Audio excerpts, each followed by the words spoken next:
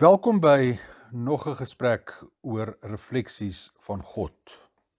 En ek wil begin met die vraag: waarvoor is ons so bang?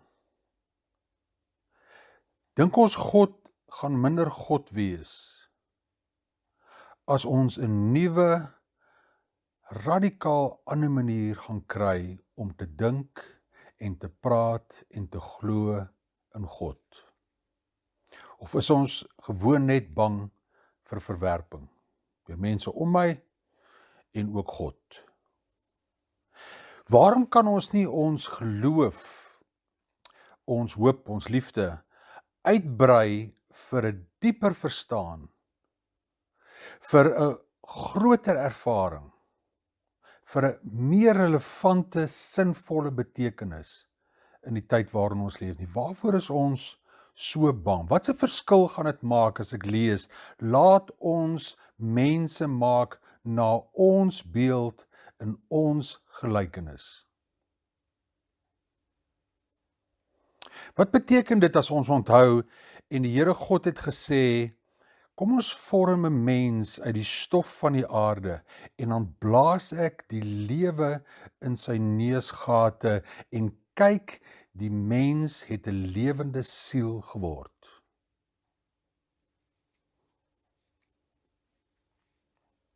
Waarom het ons teologie geen moeite om te kan bely dat ek is in sonde ontvang en gebore? Ek leef as iemand, as 'n sondaar wat verdien om gestraf te word. Hoekom het ons teologie geen moeite daarmee nie? Maar die oomblik wanneer ons sê dat ek is die lewende asem van God is in my weefsel, in my bloed, in my are, in my gedagtes, in elke aksie, in elke reaksie. Ons is gemaak in die beeld en die gelykenis van God. Waarom is mense agterdogtig daaroor en hang 'n bordjie van New Age of 'n dwaalleer daar rondom? Ek lees in Psalm 139 en ek lees die Engelse vertaling. If I say, surely the darkness will overwhelm me and the light around me will be night. Even the darkness is not dark to you, and the night is as bright as day. Darkness and light are alike to you. For you formed my inward parts. You wove me in my mother's womb.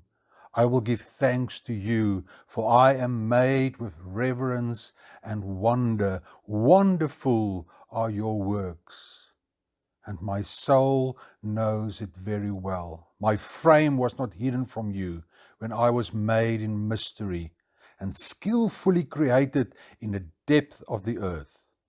Your eyes have seen my unformed substance, and in your book were all written the days that were ordained for me, when as yet there was not one of them. How precious are your thoughts to me, O God! How vast in some of them. If I could count them, they would outnumber the sand. When I awake, I am still with you. Wat sê dit van ons potensiaal? Wat sê dit van ons moontlikheid? Waarom het ons vergeet om te onthou? Of wie het ons so verkeerd gediagnoseer? Wie het een keer net te veel my sandkastele stikkend geskop en gesê, oh please grow up. Jou drome is kinderagtig. Om te dink dat jy enigiets kan skep wat van waarde is, nie net in my lewe nie, maar ook hierna, dit is sinneloos en die oseaan kom en dit spoel dit met hoogwater weg. Wie het ons so verkeerd gediagnoseer? Wie het vir jou een keer net te veel? Was dit 'n onderwyser, 'n ouer, 'n pa, 'n ma, 'n kind, 'n man, 'n vrou, 'n predikant? Wie was dit wat vir jou verkeerd gediagnoseer het om vir jou te sê, jy is nie genoeg nie? Nie mooi genoeg nie, nie slim genoeg nie, nie maar genoeg nie, nie goed genoeg nie. En wat ons gestroop het van hierdie potensiaal, van die manier hoe God na ons kyk, waarvan die Psalme skryf in 139. Is ons nog geesdriftig oor ons lewe? Kan ons nog ons entoesiasme hengel en ons potensiaal ontsluit, ons moontlikhede, of het ons opgegee? Dryf ons maar met die stroom saam. Hoe dikwels sal iemand vir my sê, as ek om my kyk na die wêreld om my, is daar baie min om oor opgewonde of entoesiasties te raak. Is dit ons werklikheid? Is dit ons realiteit? Waar het ons lyfvore loopgrawe geword? Waar het ons altare van drome 'n pynhoop geword? Is ons lankal dood en wag net om te sterf? Ek kyk 'n mooi video van Jordan Peterson en ek sal 'n skakel plaas onder hierdie video wat jy kan gaan kyk, en ek dink hy sê iets van wat dit beteken om hierdie potensiaal te ontsluit. Wat dit beteken as ons sê ons is gemaak in die beeld en die gelykenis van God. Hoe ons daai moontlikhede kan ontgin. Hy sê, ek gaan net 'n paar goed lees. Hy sê, pursue what is meaningful and not what is useful. Pay attention. Die meeste mense leef bewusteloos. Maak dit deel van jou elke dag se asem, to live life alive. Hy sê, assume the person you are listening to might know something you need to know. Don't treat your wife as a maid and your husband as if he is only your provider. Make at least one thing better at every single place you go. Imagine who you could be and then aim single-mindedly at that. Do not allow yourself to become arrogant and resentful.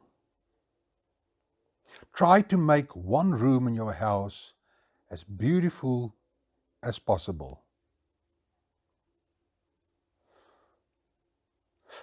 En miskien emosioneel kry eers jou eie huis in orde voor ons ander mense se huise kritiseer. Hy sê, work as hard as you possibly can on at least one thing and see what happens. Don't avoid something just because it's hard or difficult. Nothing well done is insignificant. If old memories still make you cry, write them down carefully and completely. Ek hou dagboek in my lewe, dis terapeuties, dit gee my kans om goed te verwoord, my gedagtes uit te kry, en wanneer ek dit op papier sit, veral as ek terugblaai, dan sien ek ook goed in perspektief en konteks. Hy sê, ask someone to do you a small favor, so that she or he can ask you to do one in the future. Ons het al 'n hele video daaroor gesels van learn to receive gracefully. Ask someone to do you a small favor. Make friends with people who want the best for you. Omring jou met mense wat hierdie potensiaal en hierdie moontlikhede ontsluit. Ons is omring deur mense wat kla en moan oor alles in die lewe. Mense wat so swaar dra en al hulle skuldgevoelens en dit dan projekteer op mekaar. Laat dit staan, laat los dit. Omring jou met mense wat kies vir better and not bitter, for who are winners and not whiners. Hy sê, do not try to rescue someone who does not want to be rescued. En moenie verantwoordelikheid vat vir ander mense wat nie verantwoordelikheid vat nie. En ander mense se aksies en reaksies is nie vir jou en my rekening nie. Do not try to rescue someone who does not want to be rescued. Stand up straight with your shoulders back. Denzel Washington sê, if you fall, fall forward. Read something written by someone great at least once a week. Expand your mind for goodness sake. Omring jou met mense wat jou kan hierdie potensiaal, hierdie moontlikheid kan ontsluit van to expand your mind in 'n nuwe verstaan. Hoe wonderlik is dit nie om elke week te kan sê, ek het 'n nuwe ding ontdek, ek het 'n nuwe manier gekry om na goed te kyk. Don't bother children playing. Dit is nogal belangrik. Be grateful in spite of your suffering and despair. Gratitude, appreciation, thankfulness. Ek glo met my hele hart dat dit die heilige drie-eenheid is van al ons vreugde, ons vrede en alles wat daarmee saamgaan. Neem verantwoordelikheid vir hoe jy voel. Niemand anders kan maak hoe jy voel nie. Goed kan met my gebeur, die krag in my lê hoe ek daarop gaan reageer.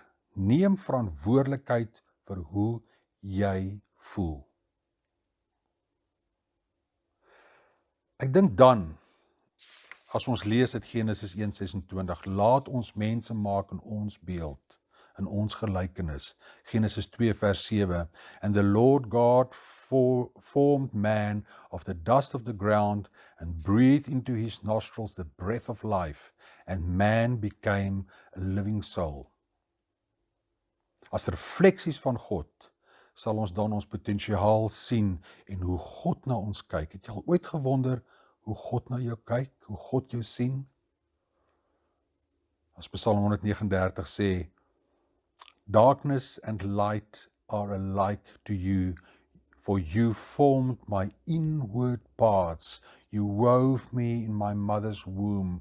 I will give thanks to you, for I am made with reverence and wonder.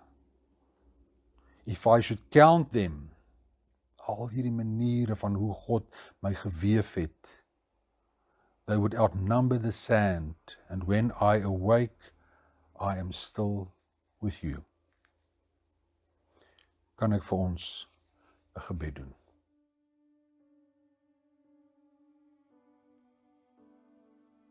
Ons sluit ons oë saam met almal wat op hierdie oomblik ergens in 'n huis, op 'n bank, in 'n bed, ergens in 'n kerk of 'n kathedraal, as dit mag,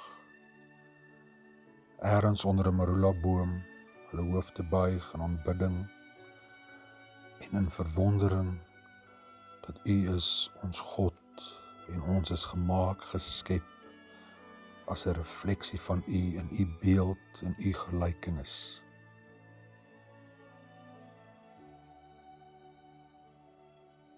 Ons vergeet om te onthou hoe U na ons kyk, hoe U ons sien. En dat U ons geweef het in ons moederskoot.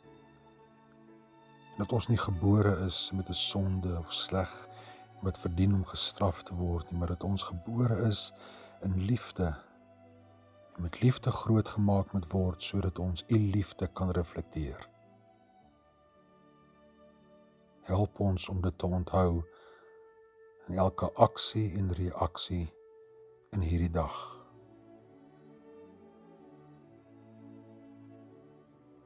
Help ons om te vra, o Here, nie vir dit wat ons wil hê nie, of vir dit wat ons kan wees, vir dit wat ons kan word in U. Nie vir dit wat U wil hê nie, en wat ons moet gee nie, maar wat U kan doen deur ons. Nie vir ons teleurstellings en ons mislukkings nie, maar vir die potensiaal en die moontlikheid waarmee U ons gevorm het in die groot misterie van ons moederskoot.